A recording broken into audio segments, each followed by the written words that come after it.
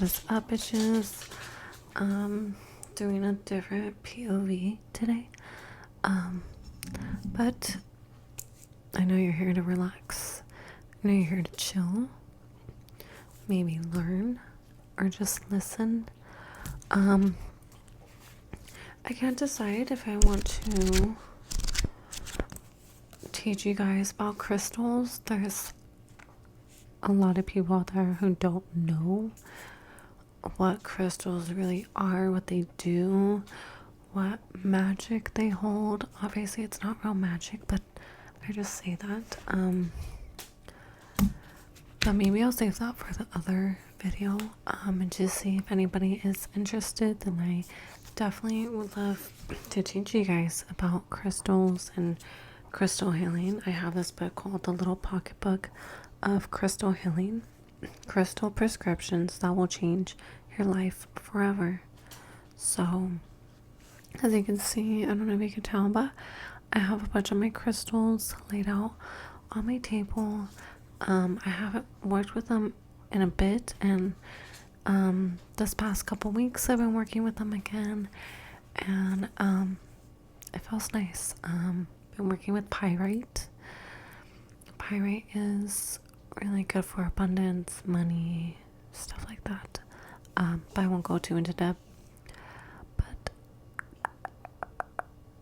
let's just continue with our Think and Grow Rich. I'm gonna relax you to sleep. What is going on? Anyways, so yeah. Where did I leave off? This is the second time I'm reading it.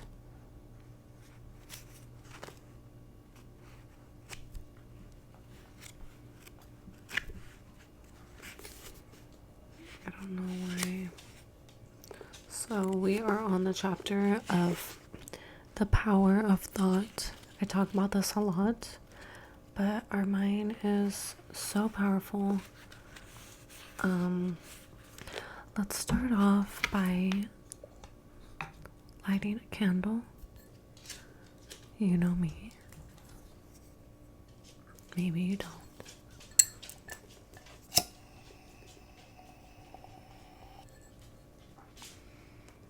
Gotta set the mood, you know, gotta set the mood. I need to get more candles. I'm almost out of the eucalyptus sage. I don't have any of my nails right now. So just relax wherever you are. Just relax. I'm gonna take good care of you. I'm gonna read it to you, and you have nothing to worry about except nothing. You have nothing to worry about. Alright?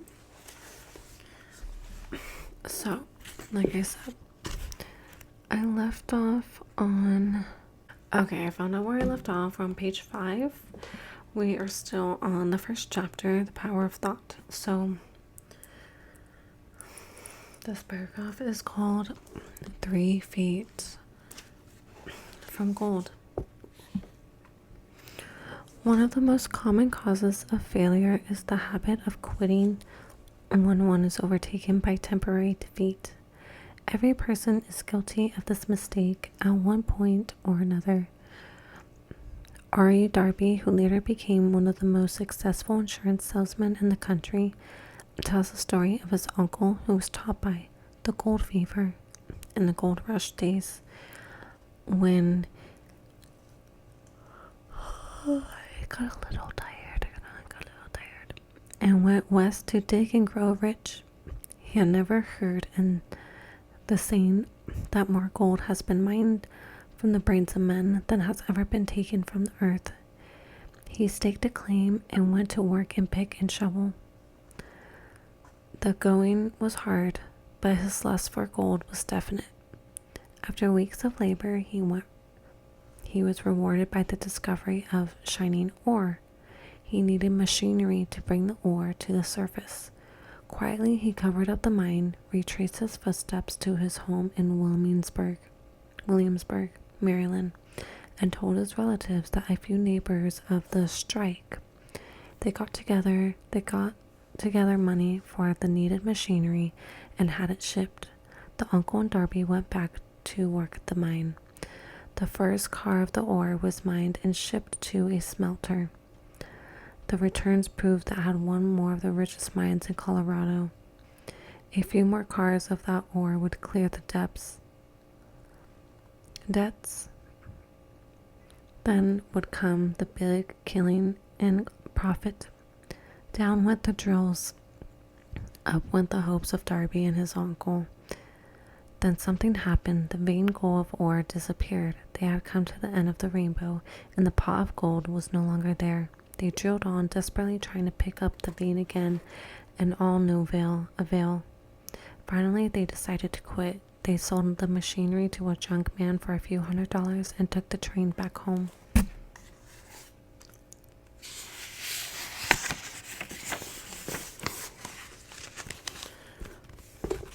Some junk men are dumb, but not this one. He called in a mining engineer to look at the mine and do a little calculating. The engineer advised that the project had failed because the owners were not familiar with fault lines. His calculations showed that the vein would be found just 3 feet from where the Darbys had stopped drilling. That is exactly where it was found. The junk man took millions of dollars in the ore from the mine because he knew enough to seek expert counsel before giving up.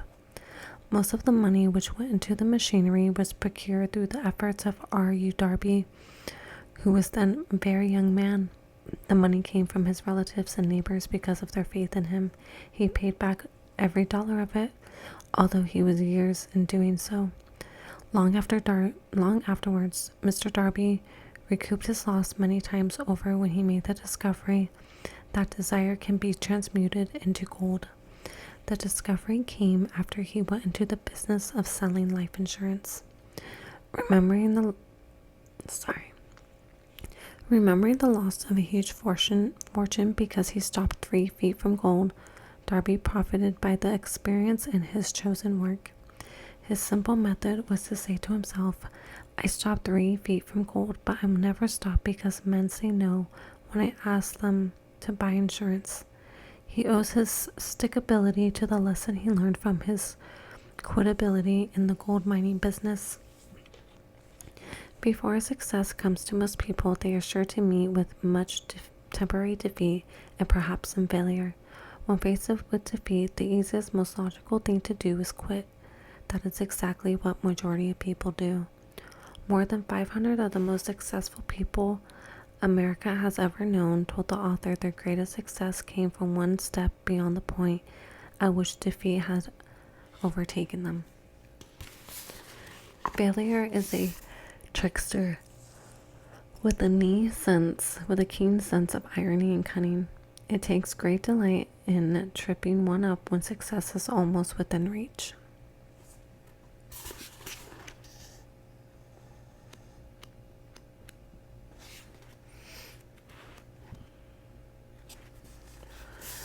A 50-cent lesson in persistence.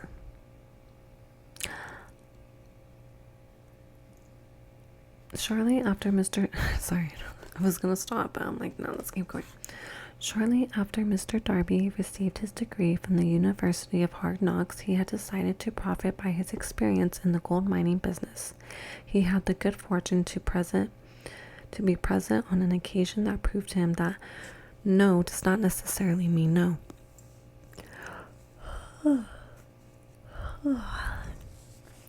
One afternoon, he was helping his uncle grind wheat in an old-fashioned mill. The uncle operated a large farm on which the number of sharecrop farmers lived. Quietly, the door was opened and a small child, the daughter of a tenant, walked in and took place near the door. The uncle looked up, saw the child, and barked at her roughly. What do you want? Meekly, the child replied, My mommy says send her 50 cents. I'll not do it, the uncle retorted. Now you run and on home. Yes, sir, the child replied, but she did not move. The uncle went ahead with his work, so busily engaged he did not notice the child had not left. When he looked up and saw her still standing there, he yelled at her, I told you to go on home. Now go, or I'll take a switch to you. The little girl said, Yes, sir, but she did not budge an inch. The uncle dropped a sack of grain he was about to pour into the mill hopper, picked up a barrel stave, and started towards the child with an expression on his face that indicated trouble. Darby held his breath. He was certain he was about to witness a murder. He knew his uncle had a fierce temper. Anna, child, relax, relax. Sorry, my yawns are contagious. His uncle reached the spot where the child was standing. She quickly stepped forward one step, looked up in his eyes, and screamed at the top of her shrill voice, "My mommy's gotta have that 50 cents. The uncle stopped, looked at her for a minute, then slowly laid the barrel staff on the floor, put his hand in his pocket, and took out $50 and gave it to her. The child took the money and slowly backed towards the door, never taking her eyes off the man whom had just conquered. After she had gone, the uncle sat down on a box and looked out the window into space for more than 10 minutes. He was pondering with awe on the whipping he had just taken. Mr. Darby, too, was doing some thinking. That was the first time in all his experience that he had seen the child of a sharecropper deliberately master an adult authority figure. How did she do it? What happened to his uncle that caused him to lose his fierceness and become as docile as a lamb? What strange power did this child use that made her master over her superior? These and other similar questions flashed into Darby's mind, but he did not find the answer until years later, when he told me the story. Strangely, the story of his unusual experience was told to the author in an old mill on the very spot where Uncle took his whipping. As we stood there in the musty old mill, Mr. Darby repeated the story of the unusual conquest and finished by asking, "What can you make of it? What strange power did the child use that so completely whipped my uncle?"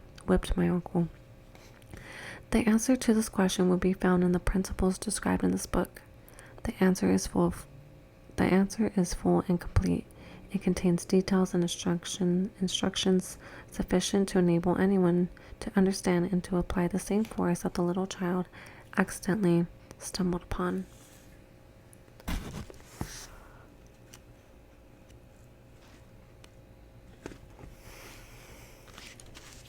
Keep your mind alert and you would observe exactly the strange power that came into the rescue of the child. You will catch a glimpse of this power in the next chapter. Somewhere in the book you will find that the idea will quicken your receptive powers and place at your command for your own benefit this same irresistible power. The awareness of this power may come to you in the first chapter, or it may flash into your mind in some subsequent chapter. It may come in the form of a single idea, or it may come in the nature of a plan or a purpose. Again, it may cause you to go back into your past experiences or failure of defeat and bring to the surface some lesson in which you can regain all you lost through defeat. After I had described to Mr. Darby the power unwittingly used by the little child, he quickly retraced his 30 years of experience as a life insurance salesman. He frankly acknowledged that his success in the field was due to no small degree to the lesson he had learned from the child.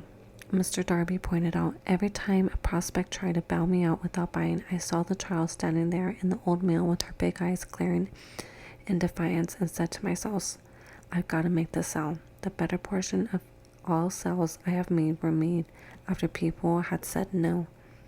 He recalled, too, his mistake in having stopped only 3 feet from gold. But, he said, that experience was a blessing in disguise. It taught me to keep going on, no matter how hard the going may be. A lesson I needed to learn before I could succeed in anything. The story of Mr. Darby and his uncle, the sharecropper's child in the gold mine, will doubtless be read by hundreds of people who make their living by selling life insurance. To all of these, the author wishes to offer the suggestion that Darby owes to 2 experiences: his ability to sell more than $1 million of life insurance every year, Life is strange and often imponderable. Both the success and failures have their roots in simple experiences. Mr. Darby's experiences were commonplace and simple enough, yet, as they held the answer to his destiny in life, they were as important to him as to life itself. He profited by these two dramatic experiences because he analyzed them and found a lesson they taught. But what of the person who is neither the time has I'm getting sleepy. But what of the person who has neither the time nor the inclination to study failure in search of knowledge that may lead to success? Where and how are they to learn the art of converting defeat into stepping stones to opportunity? In answer to these questions, this book was written. The answer called for a description of 13 principles. However, remember as you read that the answer you may be seeking to the questions which have caused you to ponder upon the strangeness of life may be found in your own mind. Some idea, plan, purpose may spring into your mind as you read. One sound idea is all you need to achieve success. The principles described in this book contain the best and the most practical ways and means of creating useful ideas. Before we go any further in our approach to the description of these principles, we believe you are entitled to receive this important suggestion. When riches begin to come, they come so quickly in such a great abundance that one wonders where they have been hiding during all those lean years. This is an astounding statement, and all more so when we take into consideration the popular belief that riches come only to those who work hard and long.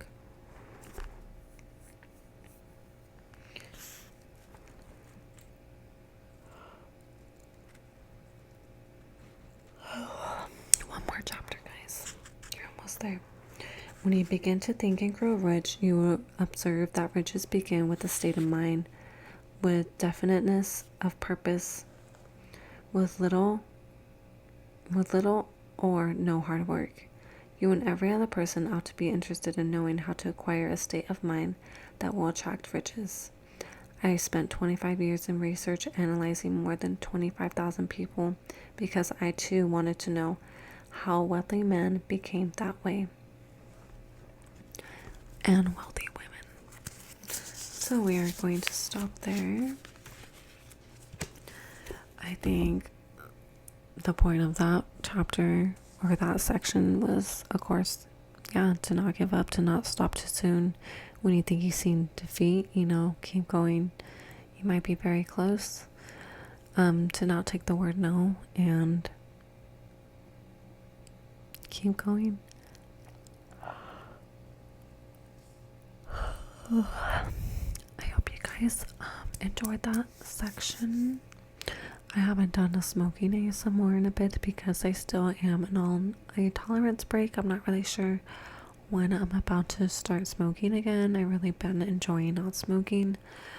I thought I was going to start after a month, which it would be, I believe, on the 17th, so it's coming up soon. But I don't think I'm gonna start yet. So yeah, sorry if you guys are waiting for that content. Not that it won't happen again, it will, but just like patience. Yeah. I hope you guys have a great night.